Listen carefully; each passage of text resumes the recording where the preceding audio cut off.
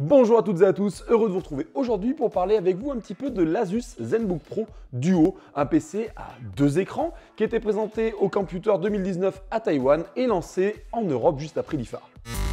Déjà, on va parler un petit peu de l'aspect visuel de cet ordinateur. Donc, comme on peut le voir, c'est quand même un PC qui est assez bien fini, qui semble très robuste. Et quand on l'ouvre, là, boum, découverte, deux écrans. Donc, un écran en haut qu'on peut voir avec un deuxième écran juste au-dessus du clavier. Truc original, pareil, le clavier est vraiment tout en bas avec le pad désaxé tout à droite. Quand on ouvre le PC, on peut le voir, tout simplement, il se surélève légèrement avec l'ouverture de l'écran. Alors, pour deux choses, tout simplement, d'une, pour que ce PC respire, parce qu'effectivement, il y a les ventirades en dessous, donc ça permet de surélever, d'avoir un passage d'air et un flux d'air qui permet un meilleur refroidissement. Et après, derrière, on a ce côté aussi, en même temps, ça relève un peu l'ordinateur pour pouvoir voir cet écran un petit peu mieux, avoir de l'ergonomie, tout simplement. Aujourd'hui, je vais vous parler uniquement de la version haut de gamme, équipée d'un i9 en 9980 HK, surplombé d'une carte graphique 2060 RTX, donc un petit peu léger, je trouve, pour un PC comme celui-là. Mais voilà, c'est un PC quand même qui sac vachement sur les créatifs.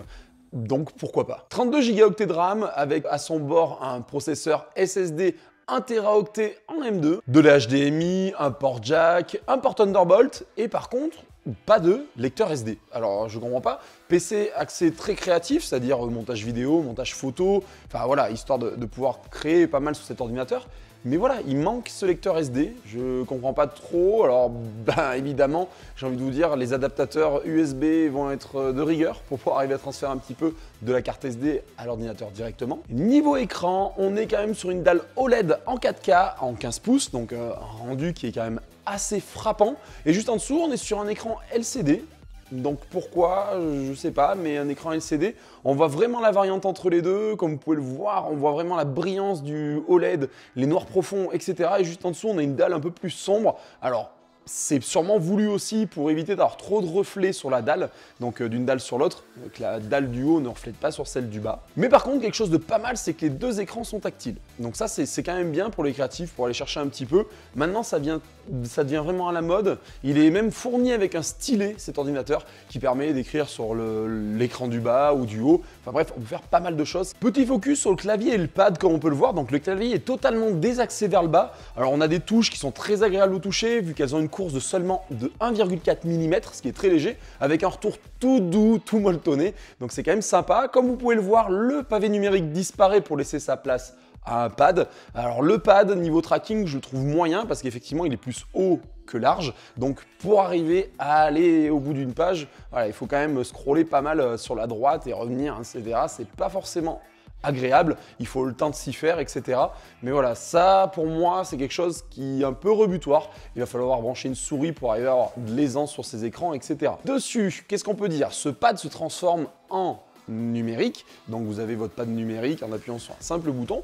C'est quand même pas mal parce que ça permet quand même d'avoir ce côté pad numérique qui apparaît assez facilement. Donc pour ça j'aime bien. Après pour la course je trouve ça un petit peu moyen. Après on regarde un petit peu le clavier et le pad, on va faire un focus sur les écrans. Donc j'allais dire sur l'écran, mais non, il y en a deux écrans fois dedans. Alors les écrans sont quand même disposés de façon assez judicieuse. Effectivement quand vous ouvrez l'ordinateur, donc vous avez l'écran OLED face à vous et vu que le PC se relève légèrement, vous avez cet écran qui est quand même assez visible assez facilement. Moi de mon côté, j'utiliserai vraiment cet écran comme un écran secondaire, ça c'est sûr. Donc l'avantage, c'est que vous avez les yeux directement dessus, vraiment en dessous et au-dessus, donc vous avez juste un va-et-vient à faire, plutôt qu'avoir deux écrans l'un à côté de l'autre, où on est vraiment sur une gestion différente. Pour gérer cet écran du bas, on a une surcouche Windows qui permet de s'en occuper et de le gérer vraiment comme un écran à part entière. Je le vois vraiment comme une utilisation où en bas, j'ouvre mes fichiers et juste en haut, j'ouvre mon Photoshop, mon SolidWorks, mon Vegas par exemple, quand vous faites du montage vidéo comme je vais faire aujourd'hui. L'avantage, c'est que vous avez vraiment en dessous vos fichiers, vous pouvez faire scroller vers le haut, rentrer, etc. Et je trouve ça vraiment pas mal. Et c'est très intuitif et on a moins de va-et-vient avec les yeux de droite à gauche, droite à gauche. Là, on est vraiment axé sur l'ordinateur. Donc c'est vraiment bien pour bosser pour les créatifs. En plus de ça, sur cet écran du bas, vous pouvez ouvrir jusqu'à 3 fenêtres. Donc vous pouvez interchanger avec l'écran du haut. C'est-à-dire vous prenez par exemple la fenêtre en bas, vous la montez en haut, il y a la fenêtre du haut qui passe en bas. Et ça, c'est quand même sympa. Vous pouvez switcher très vite entre le haut et le bas de votre écran, vous gérez vos fenêtres assez facilement. Vous avez un magasin d'applications Asus aussi un petit peu pour ajouter à cet écran, pour ajouter des widgets, etc. Mais par contre, vous avez vraiment cette différence entre le OLED et l'IPS en dessous. Enfin, ça fait vraiment bizarre au début, mais par contre, c'est pas gênant pour l'utilisation, hein. Alors comme je vous l'ai dit, cet ordinateur il est parfait pour la création, mais aussi un petit peu pour les jeux vidéo. Sur cet ordinateur, il y a aussi un mode turbo qui permet un petit peu de booster la machine. Alors ce mode turbo est très intéressant parce qu'il permet aussi de jouer aux jeux vidéo. Et effectivement, c'est un ordinateur quand même qui permet de jouer. Alors attention, on est quand même sur une carte graphique en 2060, c'est pas non plus le full ultra, etc. Mais par contre, ça permet de jouer, il n'y a pas de souci. À la plupart des jeux, le mode turbo est très intéressant. Pourquoi? Parce que d'une, il fait pas trop de bruit, dû à la surélévation du PC quand on ouvre l'écran, ce qui est quand même très intéressant. On gagne en fait en refroidissement naturel, le fait de surélever. Niveau audio, on est assez correct avec du Harman, ça de ce côté-là, il n'y a pas de souci. Comme tous les PC de cette gamme, l'autonomie est bof avec le double écran, ça consomme quand même pas mal si vous faites autre chose que de la bureautique. Alors en bureautique, il est donné pour 4 heures. Je trouve ça un peu optimiste, 4 heures de bureautique, mais bon, pourquoi pas.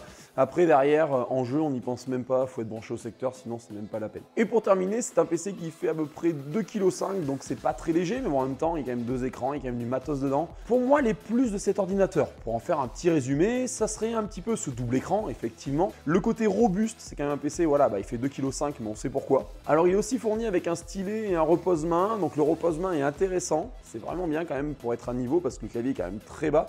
Autant vous dire, pour poser sa main, ça fera un petit peu ça, donc c'est pas top. Donc le support permet de gagner, on va dire, cette place qu'on a d'habitude sur les autres PC pour reposer le poignet. Écran 4K, ça c'est quand même le top en OLED en plus de ça.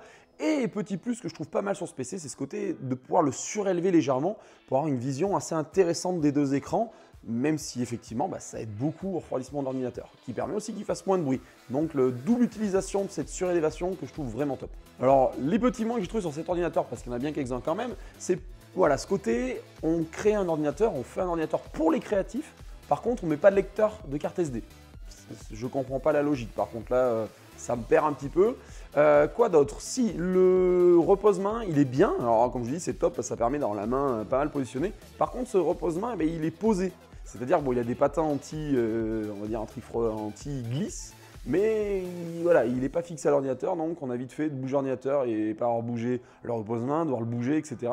Ça fait de l'encombrement en plus aussi quand même, mine de rien, parce qu'il a ça encombrant, cet ordinateur, avec tout ça. Mais voilà, ce repose-main est indispensable, mais à côté de ça, ça aurait été bien qu'il fasse un système pour au moins le fixer, ou avoir un système de clips, quelque chose qui aurait été pas mal pour pouvoir déplacer l'ordinateur et qu'on n'ait pas besoin de déplacer l'ordinateur, déplacer le repose-main. Voilà, c'est un petit peu mon opinion là-dessus. La différence entre le OLED et le LCD, qui est assez prononcée. Après, on sait aussi un peu pourquoi ils n'ont pas été mettre 2 écrans OLED. Sinon, le prix du PC s'envolait totalement. C'était un PC hors de prix.